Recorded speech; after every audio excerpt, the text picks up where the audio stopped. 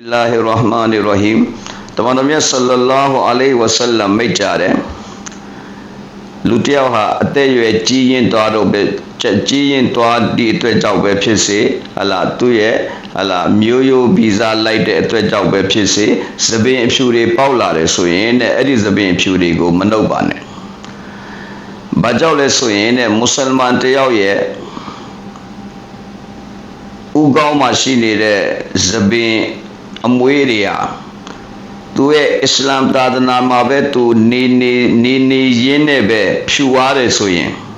အဲ့ဒီသပင်အဖြူတွေဟာတဲ့သူ့အတွက်ကိယာမတ်နေ့ကျရင်အလင်းရောင်ဖြစ်လိမ့်မယ်ကိယာမတ်နေ့ကျရင်အလင်းရောင်ဖြစ်လိမ့်မယ်အဲ့ဒီသပင်ဖြူတွေရဲ့အစားမှာအလ္လာဟ်ရှင်မြတ်က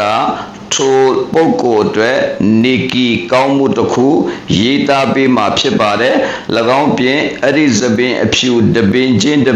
စီအတွက်အလ္လာဟ်ရှင်မြတ်ကဂုဏတစ်ခုကိုဖယ်ရှားပေးမှာဖြစ်ပါတယ်ဒါကြောင့်ကျွန်တော်တို့ကအလားသပင်အဖြူဖြစ်လာတဲ့အခါကျရင်အဲ့ဒီသပင်အဖြူကိုနှုတ်တာတို့ဟလာအဲ့ဒီသပင်ဖြူကိုသွားပြီးတော့အမဲရောင်ဆိုးလိုက်တာတို့ဒါတွေကိုကျွန်တော်တို့ဟလာမလုပ်ရဘူးဆိုတော့ဒီဟာဒစ်တော်ထဲမှာတင်ပြထားတယ်ဒီဟာဒစ်ကတော့ဆွန်နာနေအဘူဒါဝုဒ်ကျမ်းထဲမှာပါပါတယ်ဟာဒစ်နံပါတ်4202ဖြစ်ပါတယ်